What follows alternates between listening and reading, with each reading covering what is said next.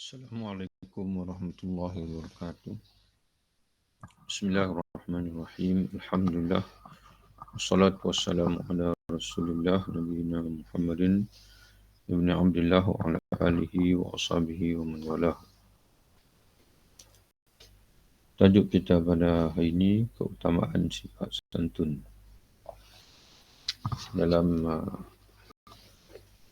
bahasa Arabnya disebut sebagai bayanu fadilatul hilm.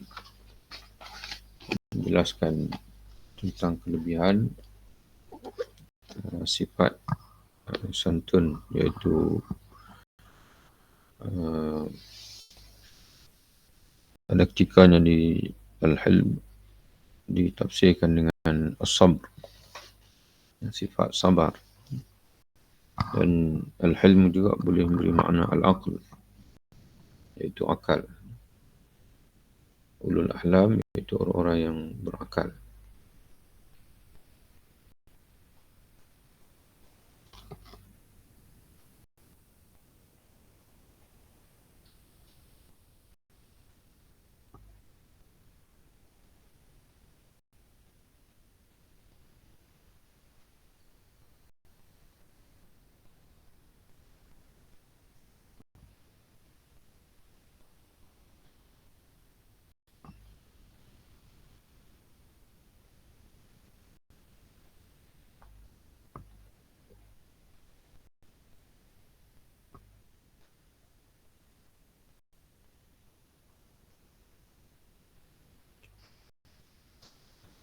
Ketahuilah bahawa santun yakni seorang yang sabar, sifat sabar dan sentiasa berhati-hati, tidak cepat marah, lebih utama dari menahan kemarahan. Mana orang yang serasi dengan dirinya, sifat al-hilm ini, sifat santun dan juga sabar ini lebih utama daripada orang yang sekadar mampu menahan kemarahan.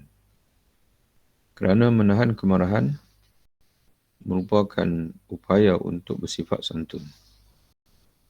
Mana menahan kemarahan adalah usaha untuk kita menuju kepada sifat al-hilm.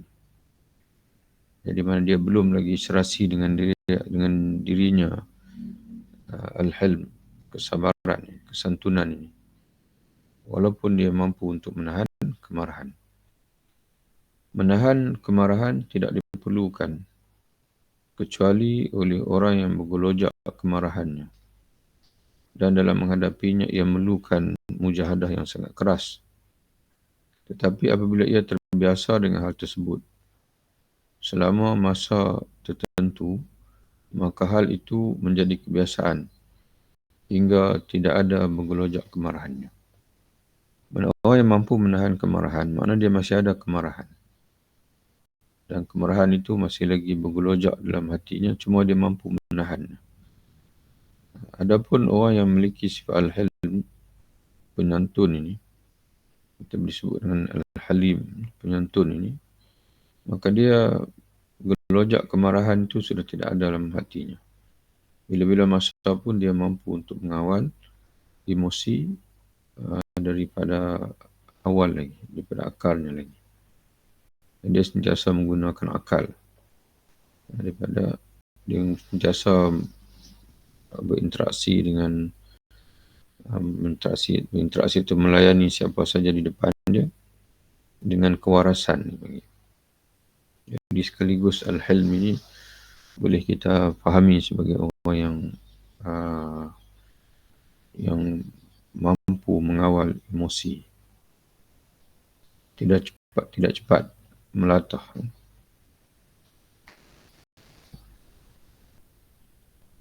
Jika bergelojak, maka untuk menahannya tidak perlu lagi berusaha payah lagi.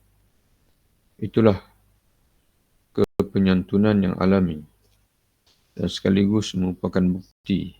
Makna kepenyantunan yang alami tidak dibuat-buat. Sekaligus merupakan bukti kesempurnaan akalnya dan ketundukan kekuatan amarah kepada akal. Jadi kesimpulannya, makna orang yang al-hilm ini adalah orang yang sentiasa menggunakan akal, tidak dipengaruhi oleh emosi.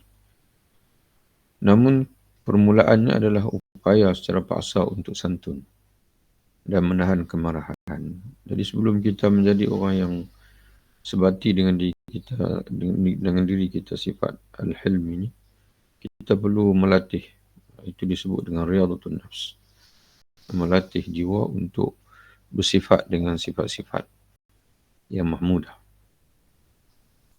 Nabi sallallahu alaihi wasallam bersabda, "Khamsun min sunanil mursalin, al-haya'u wal hilmu, al-hijamatu, was-siwaku wat-ta'attur." 5 hal termasuk sunnah para rasul. Malu, al-haya'u, al-hilmu, santun, sabar, mengawal emosi, itu al-hilmu, dan sentiasa bertindak dengan berfikir. Bertindak dengan kewarasan ataupun dengan berfikir. Kemudian yang ketiganya, sunan para rasul juga adalah al-hijamatu, berbekam, was-siwaku, bersiwak, wa ta'atturu, dan juga berwangian.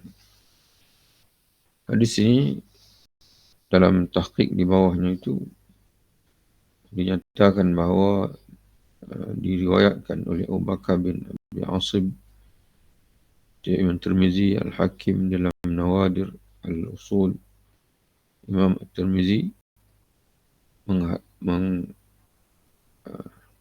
menghasankannya dari hadis Abu Ayyub dengan lafaz 4, tetapi tidak menyebutkan santun dan bekam. Sebaliknya diganti dengan nikah.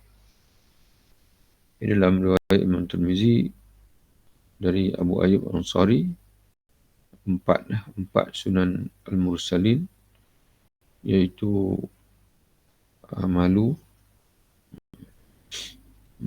bekam, siwak, bersiwak, dan juga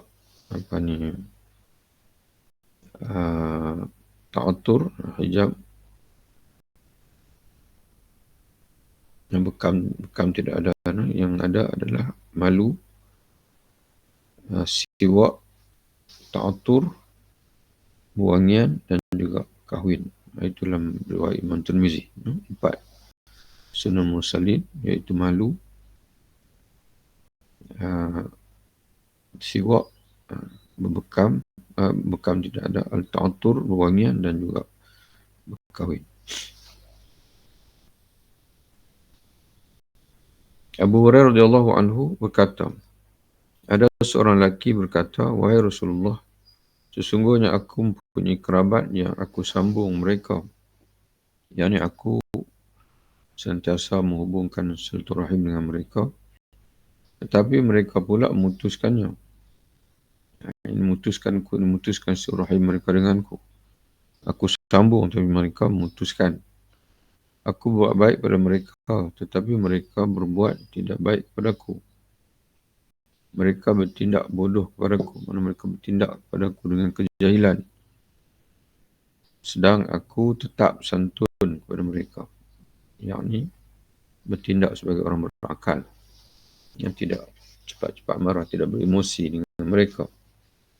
Nabi SAW menjawab, "Jika benar apa yang kamu ucapkan, maka seolah kamu melempar pasir panas kepada mereka, dan pertolongan Allah akan sentiasa bersamamu selama kamu buat demikian."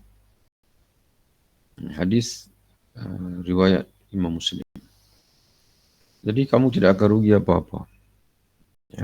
Kamu tidak akan rugi apa-apa. Karena kamu akan dapat apa yang lontaran-lontaran kamu akan memberi pulangan pahala kepada kamu. Adapun mereka dengan sikap mereka itu, orang buat baik kepada mereka, mereka balas dengan kejahatan. Jadi kebaikan daripada orang lain itu ibarat yang disebut oleh Nabi di sini, iaitu pasir. pasir yang sepatutnya bila orang buat baik pada kita, kita sambut kebaikan, maka seolah-olah orang memberi emas permata kepada kita. Memberi emas permata kepada kita. Dan kita mengucapkan syukur kepada Allah. Orang buat baik, lalu kita balas dengan kebaikan semula, makna kita menambahkan pahala pada diri kita. Tapi kalau orang melakukan kebaikan, kita balas kejahatan, makna seolah macam kita menerima pasir daripada orang lain. Di sini ditafsir dengan pasir yang panas. Tapi dalam syarah hadis, dalam matan disebut in kana kama taqul fa ka'annama tusifuhum al-mallu. Jadi kalau benar sebenarnya kamu katakan, iaitu kamu buat baik tapi mereka buat jahat pada kamu, maka kamu seolah-olah seperti orang yang telah memberi makan pasir kepada mereka. Jadi sebab itu bila kita diberi pemberian, kita bersyukur, maka seperti orang memberikan makanan yang istimewa kepada kita. Sebaliknya jika orang beri pemberian, kita balas. Orang buat baik pada kita, kita balas kejahatan, seolah macam kita meredai diri kita disumbat dengan pasir.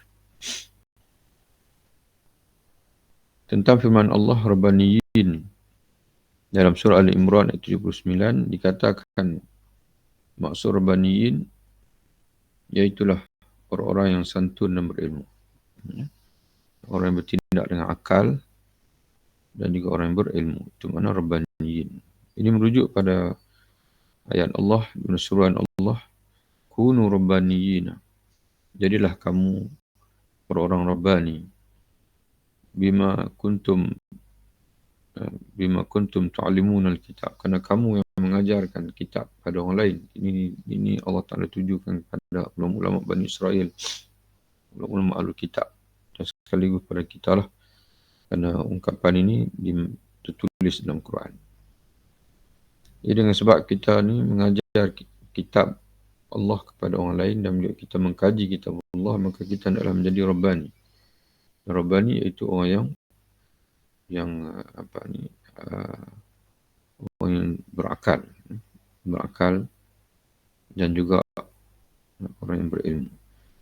Kemudian tentang firman Allah, dan apabila orang jahil menyapa mereka, ini berkait dengan ibadur Rahman. Allah Ta'ala menyebutkan ibadur Rahman, dan Allah menyebutkan di antara sifat mereka ialah apabila orang jahil menyapa mereka, mereka mengucapkan kata-kata yang mengandungi keselamatan. Mereka mengucapkan kata-kata yang mengandungi wa idza khatabahumul jahiluna qalu salama. Apabila mereka disapa oleh orang jahil dengan penghinaan, dengan kritikan dan sebagainya, dengan celaan, mereka tidak menjawab dengan celaan semula. Qalu salama. Mereka menjawab dengan yang baik, salaman. Di sini terjemah dengan keselamatan, yang kata-kata yang mengandungi keselamatan. Surah Al-Furqan ayat 63. Jadi mengulas ayat ini, Al-Imam Hasan Basri berkata, yakni orang yang santun.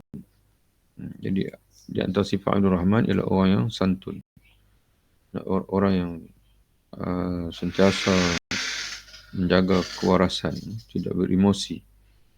Apabila dijahili, mereka tidak membalas bila mereka dijahili, dikatakan jahil, ataupun mereka ini dihamburkan kata-kata kesat oleh orang jahil. Kerana manusia kalau dia tidak jahil, dia alim, dia tidak akan beremosi dengan orang lain. Dia tidak akan mudah untuk menghina orang lain, dan sebagainya. Jadi ibadur Rahman ini, mereka akan menghadapinya dengan mereka tidak akan balas dengan tindakan yang sama dengan tindakan orang jahil tadi. Sebab itu dalam hidup kita ini, bila orang buat salah, kita mesti tetap kena buat benda yang betul. Yang tidak boleh membalas kesalahan dengan kesalahan. Kalau tidak ada beza kita dengan mereka. Tentang firman Allah, orang-orang yang berjalan di atas muka bumi dengan rendah hati. Ini juga ibadur rahman. Wa ibadur rahman alladzina yamshuna al-ardi haunan. Apa makna orang yang berjalan di atas muka bumi dengan rendah hati? Atha' bin Rabah berkata, iaitu orang-orang yang santun. Orang yang berjalan di atas muka bumi ini dengan santun. Dengan dengan tenang, dengan sabar, dengan tidak gapah, tidak beremosi, tidak lekas marah.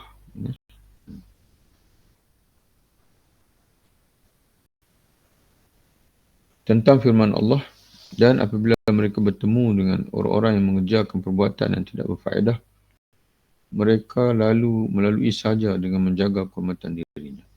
Juga ibadur rahman. Wa idza marru bil lagwi marru kirama.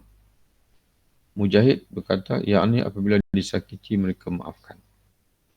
Bila mereka melalui melintasi jalan yang mana orang yang mengucapkan ucapan-ucapan yang batil, al-lagwi batil pada mereka, yang ucapan yang menyakiti mereka, maru kirama, mereka lalu sebagai orang yang mulia, iaitu orang yang menjaga kesantunan diri, iaitu mereka maafkan, yang mereka tidak membalas dengan cecaan pula. Nabi SAW bersabda, liyalini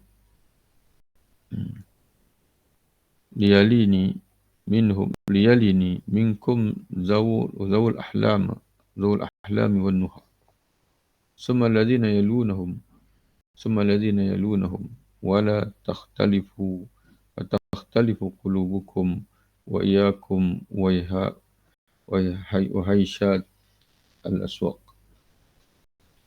Hendaklah mendampingiku orang yang santun dan cerdas, dan orang yang berakal.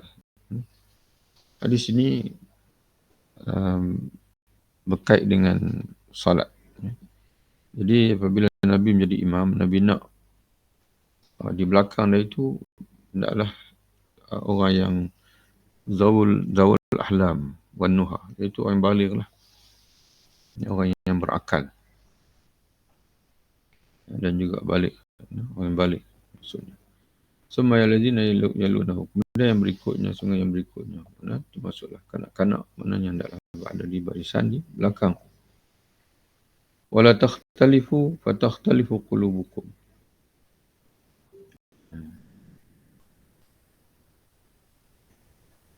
Dan janganlah kalian berselisih, lalu hati kalian berselisih, dan jauhilah kegaduhan pasar. Wa iyyakum wahai hash al-aswaq. Mana ketika aku menjalankan salat, hendaklah rata samakan saf, jangan berselisih. Jangan dipanggil apa? Jangan bengkok-bengkok saf itu, nanti Allah akan jadikan hati kamu berselisih. Dan jangan wujudkan suasana pasar dalam masjid ataupun ketika mengerjakan salat.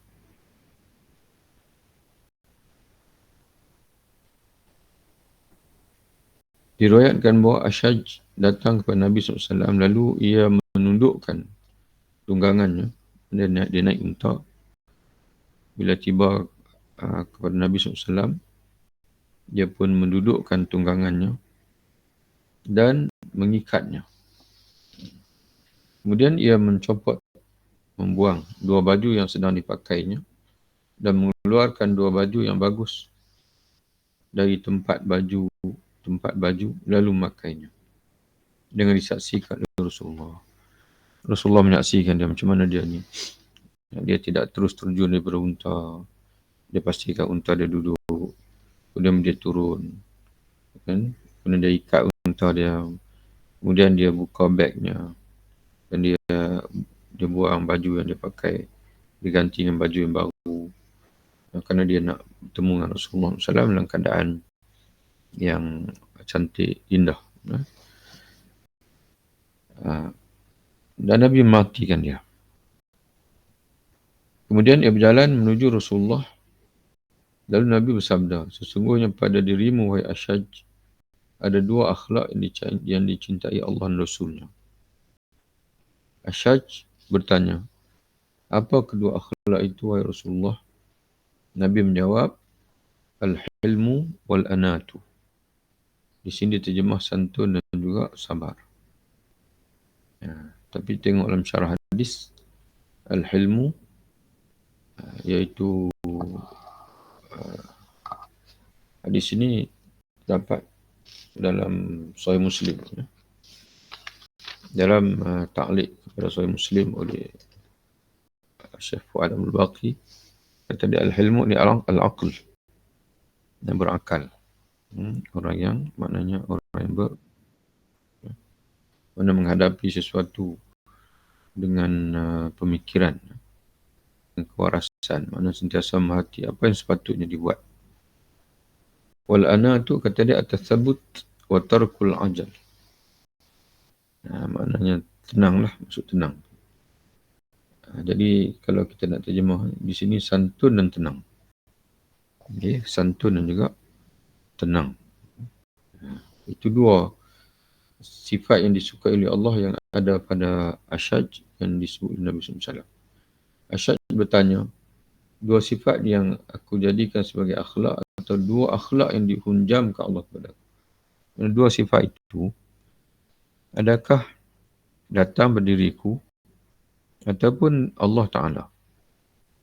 Lalu Nabi menjawab, dua sifat, bahkan dua akhlak yang dihunjamkan Allah kepadamu. Ashaj berkata, Alhamdulillah, segala puji bagi Allah yang telah menghujamkan pada diriku dua akhlak yang dicintai Allah dan Rasulnya. Dalam riwayat Abu Daud, dalam Sunan Abi Daud, Ashaj ditanya Nabi, ana atakhallaqu bihima amillahu jabalani alaihima. Dua akhlak ni yang kamu kata ada pada diriku dan Allah menyukainya, adakah kerana aku berakhlak dengan dia ataupun Allah telah menjadikan dia ni sebagai jibillah, mana tabiat? Lalu Nabi menjawab, balillahu jabalaka alaihima. Bahkan Allah telah menjadikan dua akhlak ini sebagai serasi ataupun tabiat yang sejati pada diri kamu. Maknanya dia tak akan berubah lagi lah. Maka dia pun mengucapkan tahmid, alhamdulillahillazi jabalani ala khuluqaini yuhibbuhumullah wa rasul. Segala puji bagi Allah yang telah menjadikan aku bertabiat dengan dua akhlak yang dicintai oleh Allah dan juga Rasulnya. Kemudian al-athar. Imam Ghazali bawa kita pada kita pula asar. Asar ni makna cerita-cerita para sahabat, tabi'in dan sebagainya tentang keutamaan al-hilm yang bersifat dengan sifat santun, yang bersifat dengan sifat mementingkan kewarasan, berfikir sebelum melakukan sesuatu, tidak cepat melata dan sebagainya. InsyaAllah yang ini kita akan sambung dalam bacaan kita berikutnya. Wabillahi taufiq. Assalamualaikum warahmatullahi wabarakatuh.